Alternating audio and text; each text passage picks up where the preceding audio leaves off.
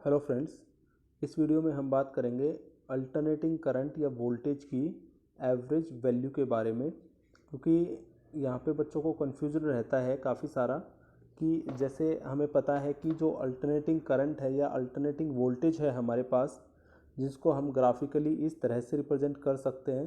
तो यहाँ पे बच्चों हर पॉइंट के ऊपर आप देख पा रहे हैं टाइम की हर वैल्यू पे जो वैल्यूज़ हैं करंट की या वोल्टेज की वो लगातार चेंज होती जा रही हैं। और जनरली जब हमारे से पूछा जाता है कि आपके घर में अल्टरनेटिंग वोल्टेज की कितनी वैल्यू है, या जो इलेक्ट्रिसिटी की सप्लाई है, जो होम सप्लाई होती है हमारी, वहाँ पे अल्टरनेटिंग करंट की वैल्यू कितनी है, तो हम बोलते हैं कि ये 220 वोल्ट होती है। ये अल्टरनेटिंग वोल्टेज की सप्लाई है जो हमारे घरों में प्रोवाइड की जाती है।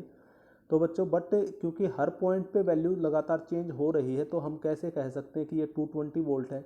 तो ऑब्वियसली ये कोई ना कोई अलग वैल्यू होगी जिसको यहाँ पे बोला जा रहा है। तो जैसा कि सिंपली आपको पता है कि हर पॉइंट पे वैल्यू चेंज हो रही है, तो बच्चों हम यहाँ पे क्या करते हैं, हम यहाँ पे इसकी एवरेज वैल्यू निकाल लेते हैं। तो इसकी एवरेज वैल्यू जो है बच्चों वो हमारी 220 वोल्ट निकल के आती है। तभी हम ऐसा बोलते हैं कि हमारे घर में जो पावर सप्लाई है वो हमारी 220 वोल्ट ही है। बट यहाँ पे ये 220 वोल्ट क्या सिर्फ एक एवरेज वैल्यू है या और कोई दूसरी वैल्यू है, ये भी चेक करना ज़रूरी है हमारे लिए। तो आइए सबसे पहले हम अगर सिंपल एवरेज वैल्यू जो होती है किसी भी करंट की, जैसे करंट है हमारे पास और इसमें काफ़ी सारी वेरियस हर तरह की वैल्यू हमें मिल रही है, बहुत सारी अलग अलग वैल्यू मिल रही हैं। तो इसकी एवरेज वैल्यू हम कैसे कैलकुलेट करते हैं, सबसे पहले हमें वहीं देखना है यहाँ पे। तो सबसे पहले हम इसी कन्फ्यूज़न को रिमूव करने जा रहे हैं, इसी कन्फ्यूज़न को दूर करने जा रहे हैं, जिससे हमें ये पता लग सके कि जो हमारे घर में अल्टरनेटिंग करंट या वोल्टेज आता है उसकी एवरेज वैल्यू कैसे हम फाइंड आउट करते हैं। तो हमारे पास टॉपिक है बच्चों average value of alternating current over a full cycle. अब यहाँ पे बात फुल साइकिल की है या हाफ साइकिल की है वो भी हमें देखना है बच्चों, क्योंकि ये ग्राफिकल रिप्रेजेंटेशन है आपके अल्टरनेटिंग करंट की। और बच्चों अल्टरनेटिंग करंट में अगर हम बात करें फुल साइकिल की, तो ये जो मैंने करंट यहाँ पे रिप्रेजेंट किया इस तरह से, तो बच्चों ये यहाँ से लेके और यहाँ तक ये आपकी कंप्लीट फुल साइकिल होती है और यहाँ तक इसकी हाफ साइकिल होती है। तो जैसे हम रोटेशन की बात करते हैं बच्चों, रोटेशन की जब हम बात करते हैं तो जैसे कोई बच्चा या कोई आदमी दौड़ रहा है किसी सर्कुलर ट्रैक पे, तो पहले वो अपना आधी साइकिल कंप्लीट करता है और पूरा चक्कर जब लगा लेता है तो ये फुल साइकिल हो जाती है।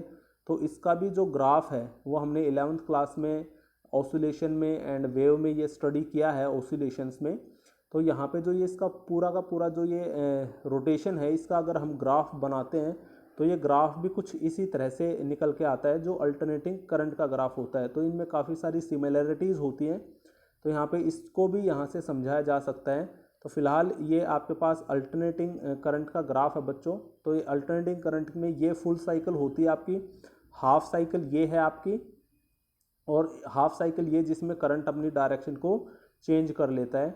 तो यहाँ पे बच्चों सबसे पहले हम बात करते हैं फुल साइकिल की, यानी टोटल मुझे यहाँ से अगर जीरो से और यहाँ तक की अगर फुल साइकिल में इसकी एवरेज वैल्यू निकालनी पड़े तो वो क्या होगी, आइए सबसे पहले हम वो देखते हैं।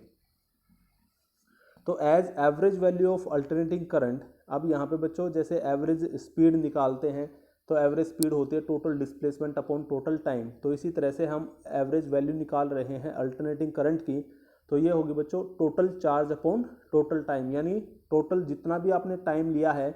अब यहाँ पे हम फुल साइकिल की बात कर रहे हैं, तो एक साइकिल का जो टाइम होता है बच्चों वो कैपिटल टी से हम रिप्रेजेंट करते हैं, दैट इज़ टाइम पीरियड। यानी जब कोई भी बच्चा या आदमी एक सर्कुलर ट्रैक में जब एक चक्कर पूरा कर लेता है तो इस एक रिवॉल्यूशन के टाइम को हम इसका टाइम पीरियड बोलते हैं। और टाइम पीरियड क्या होता है बच्चों, वो लिया गया समय जिसमें एक चक्कर कंप्लीट किया जाता है उसी टाइम को हम टाइम पीरियड बोल देते हैं। तो इसको हम कैपिटल टी से रिप्रेजेंट करते हैं। तो यहाँ पे बच्चों अगर बात फुल साइकिल की हो रही है तो ऑब्वियसली यहाँ पे हम टाइम पीरियड लेंगे इसका, जिसको हम कैपिटल टी से रिप्रेजेंट करते हैं। और यहाँ पे अगर ये साइकिल आप पूरी की पूरी देखेंगे बच्चों इस तरह से, तो एक चक्कर यहाँ से लेके और यहाँ तक पूरा कंप्लीट होता है, ये हमारी एसी की फुल साइकिल है। तो कैपिटल टी यहाँ तक होगा, दैट इज़ टाइम पीरियड, और यहाँ पे बच्चों ये t/2 यानी हाफ ऑफ टाइम पीरियड होगा। यहाँ पे बीच में ये t/4 होगा, ये 3t/4 हो जाएगा इस तरह से। तो हम फुल साइकिल की बात करें तो टोटल टाइम यहाँ पे t जो है वो टाइम पीरियड लिया जाएगा। तो total charge upon total time, यानी एक टाइम पीरियड में कितना चार्ज आपका एक जगह से दूसरी जगह पे पास हुआ है, तो वो टोटल चार्ज होगा, और टोटल टाइम से हम उसको डिवाइड कर देंगे तो हमारे पास ये एवरेज वैल्यू निकल के आ जाएगी, क्योंकि करंट का फॉर्मूला होता है चार्ज अपॉन टाइम, और यहाँ पे हम बात कर रहे हैं एवरेज की, तो इसलिए आ जाएगा total charge upon total time. तो बच्चों यहाँ पे आई एवरेज इसको हम इस तरह से लिख सकते हैं कि डी क्यू अगर आपका एक स्मॉल टाइम में, स्मॉलेस्ट टाइम में आपका पास हुआ चार्ज है, दैट इज़ डी क्यू। तो टोटल चार्ज बच्चों, क्योंकि एक फुल साइकिल की हम यहाँ पे बात करें तो इसको इंटीग्रेट करके 0 से t तक विद रिस्पेक्ट टू टाइम इसको इंटीग्रेट करके हम टोटल चार्ज निकाल सकते हैं। तो इस तरह से हम यहाँ से टोटल चार्ज निकालेंगे और इसको डिवाइड कर देंगे हम टोटल टाइम t से। फिर यहाँ पे तो ये आपकी एक फॉर्मेशन बनेगी जिसको हमें याद रखना है कि आई एवरेज हमें किस तरह से लिखना है। आई एवरेज आपका होगा total charge upon total time, और क्योंकि बच्चों यहाँ पे करंट की वैल्यू लगातार चेंज हो रही है तो टाइम जो चार्ज है वो भी हर इंस्टेंट ऑफ टाइम पे आपका सेम फ्लो नहीं करेगा, सेम पास आउट नहीं होगा। इसलिए टोटल चार्ज निकालने के लिए, क्योंकि लगातार चार्ज कॉन्टिन्यूसली आपका पास हो रहा है, तो इसलिए मैं यहाँ पे इंटीग्रेशन की हेल्प ले सकता हूँ। तो D Q is the small amount of charge which is passed in time D T. तो टोटल चार्ज आपका हो जाएगा बच्चों फुल साइकिल में 0 से t तक, इसको हम इंटीग्रेट कर देंगे और टोटल टाइम पीरियड t से इसको डिवाइड कर देंगे। बट यहाँ पे जैसे I है बच्चों, I is equal to I naught sine omega t है हमारा, and I is equal to d q by d t होता है। तो यहाँ से डी क्यू की जो वैल्यू होगी बच्चों वो आई डी टी हो जाएगी, और I की वैल्यू है I equal to I naught sine omega t. तो यहाँ पे टोटल डी क्यू जो बनेगा वो I naught sine omega t d t हो जाएगा, जिसको हम यहाँ पे पुट कर देंगे डी क्यू की जगह। तो आई एवरेज होगा बच्चों 0 से t I naught sine omega t d t upon capital T. उसके बाद बच्चों कैपिटल टी को हम यहाँ पे बाहर भी लिख सकते हैं 1 upon T, 0 to t I naught sine omega t d t. अब I naught is the maximum value, that is amplitude, ये भी कॉन्स्टेंट होता है, इसको भी हम बाहर निकाल लेंगे तो हमारे पास बचेगा sign omega t d T.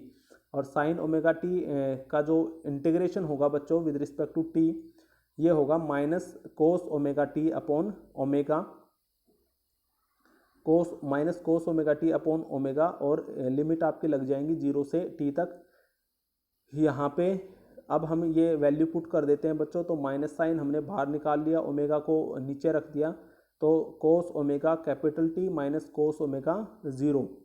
तो बच्चों यहाँ पे कोस 0 जो है वो 1 होता है, ये हमने पीछे रख दिया।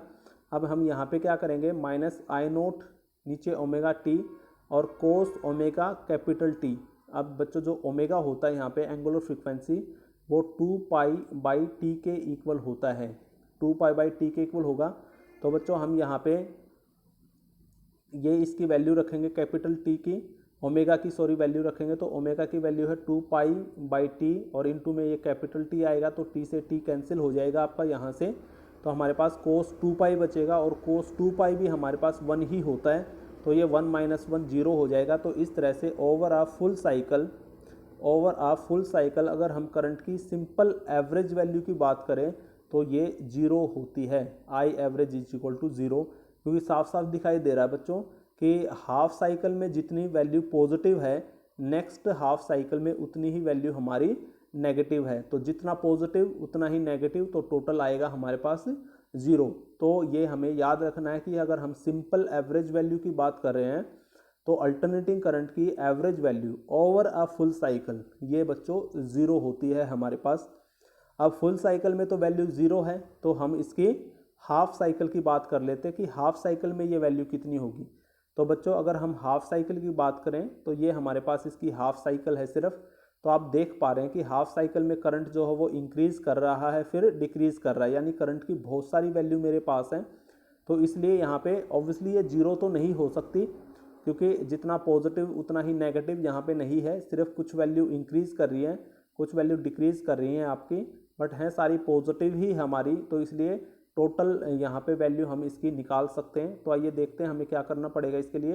Average value of alternating current over a half cycle. तो बच्चों अब सिंपल सी बात है, यहाँ पे जो लिमिट है हमारी टोटल चार्ज निकालने की वो हम 0 से t/2 कर देंगे, यानी टोटल चार्ज और total charge over a half cycle. तो ये लिखा जाएगा 0 to t/2 एंड dq, और जो नीचे टोटल टाइम है बच्चों वो भी t/2 हो जाएगा। तो यहाँ पे 1/t/2 हम पहले से लिख सकते हैं इसको, और ये हो जाएगा 0 to t/2। वहीं dq की वैल्यू हमें फिर से निकालनी पड़ेगी। जो हमारे पास i होता है वो dq/dt होता है, एंड dq हो जाएगा i dt। i होता है I0 sin ओमेगा t, और dt ये इस तरह से dq की वैल्यू बनेगी। यहाँ से I0 फिर से कॉमन निकाल लेते हैं, तो ये इंटीग्रेशन बचेगा 0 to t/2 sin omega t dt, और sin ओमेगा t वापस से बच्चों आपका हो जाएगा minus cos omega t upon omega, जिसको हम इस तरह से यहाँ पे वापस से फिर से नोट डाउन कर लेंगे। अब बच्चों minus I0 upon omega into t/2, फिर से लिमिट रखेंगे बच्चों, तो कोस ओमेगा t/2 माइनस कोस 0 हो जाएगा। कोस 0 फिर से 1 होता है, यहाँ पे हम ओमेगा की वैल्यू रखेंगे 2π/t इंटू t/2, t से t कटेगा 2 से 2, तो सिंपल कोस पाई हमारे पास बचेगा। कोस पाई जो होता है बच्चों कोस 180 वो -1 होता है, -1 तो ये -2 हो जाएगा, और माइनस साइन पहले से बाहर है, तो बच्चों ये 2I0 ओमेगा t इंटू 2 हो जाएगा। उसके बाद हम यहाँ पे ओमेगा की वैल्यू रखेंगे, दैट इज़ 2π/t। ये t ऊपर चला जाएगा, तो t से t कैंसिल हो जाएगा बच्चों, एट लास्ट इस t से ये t कैंसिल हो जाएगा, 2 से आप 2 भी कैंसिल कर सकते हैं। तो मेरे पास जो I एवरेज बचेगा वो होगा 2/π इंटू I0, और बच्चों यहाँ से पाई जो होता है वो 22/7 अगर हम रखेंगे 22/7, तो ये 7 ऊपर जाएगा, तो ये 14/22 इंटू I0 हो जाएगा। और जब हम इसको डिवाइड करेंगे बच्चों तो ये होगा 0.636 इंटू I0, और average is equal to I average जो होगा वो अगर हम परसेंटेज में इसको निकालेंगे तो ये 63.6% ऑफ I0 होगा। So we may define that average value of alternating current over a half cycle is equal to that amount of direct current which send the same charge as sent by the AC in same time। तो बच्चों ये इसका physical significance काफ़ी important है आपके लिए, इसको समझना कि ये एवरेज वैल्यू होती क्या है। जो अल्टरनेटिंग करंट की एवरेज वैल्यू हमने निकाली है बच्चों वो है क्या, तो वो यहाँ पे बोला गया है बच्चों कि जो आपके पास टोटल जो करंट है ये हमारे पास करंट होता है, तो यहाँ पे ये जो पीक पॉइंट है यहाँ से लेके यहाँ तक की जो वैल्यू है, ये मैक्सिमम वैल्यू जो है इसको हम I0 बोलते हैं बच्चों, I0।